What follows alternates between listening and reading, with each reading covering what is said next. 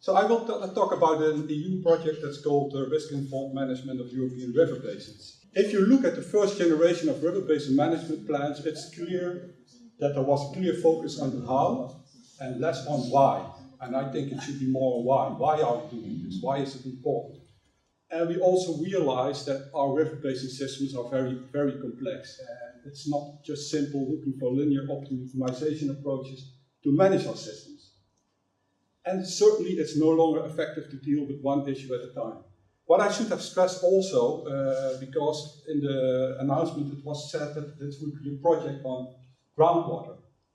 And certainly RiskBase, it's on river basin management, and you say, of course, groundwater is included, but it was not solely focusing on groundwater. We had a very simple, clear message in the end. We think to overcome all these issues that I mentioned, just take a very simple approach. And the approach is be well informed, manage adaptively, and take a participatory approach. And apply these principles in practice, integrate.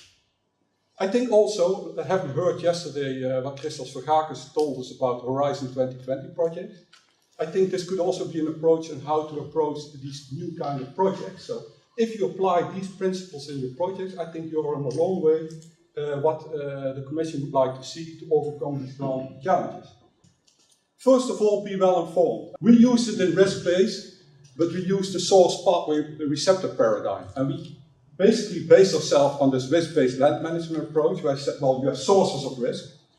And it's not only contamination, we look also at water temperature, alien species, sediment, etc., etc. These sources of risk, they propagate in your system, so through pathways, and in the end, it might connect to a receptor. And within RiskBase, we term the receptor ecosystem services, but you could think of things like maybe drinking wells, etc. So management basically could say, either if you have a problem at the source, try to get rid of the source, maybe take away the source. If that's not possible, maybe you should block the pathway. And if that's not possible either, maybe you should think about maybe removing the receptor or maybe adapting your goals. So that's the basic thing. So the core here is use the system understanding we have to do your management. And that seems obvious, but it's not always the case.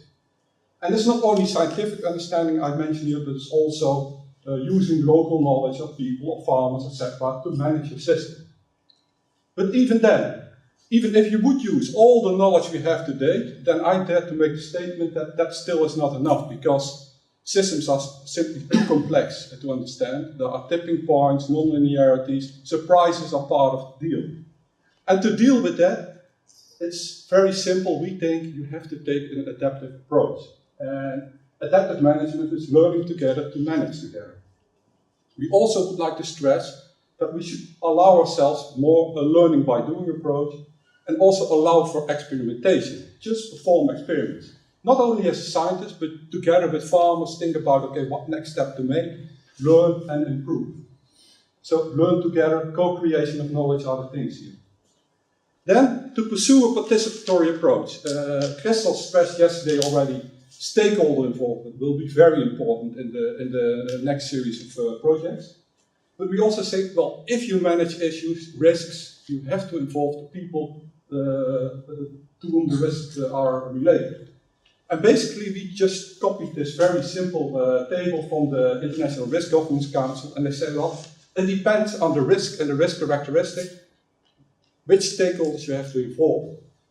If you deal with simple risks, like a point source pollution, or how to deal with that, you could say, well, you only need the left side. But if you talk about how to deal with, for instance, with shale gas extraction, I think you have to move to the right, so to involve, to get into societal debate.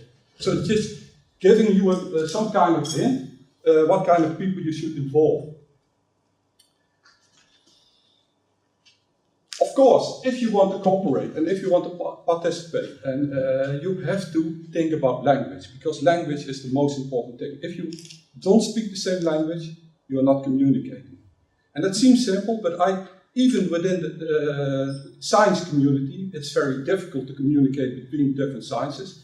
And if you want to communicate from science to stakeholders, to farmers, etc., it becomes even more difficult. So although talking about the same thing, we have different jargon, different words, so it will be very difficult to understand what we are talking about.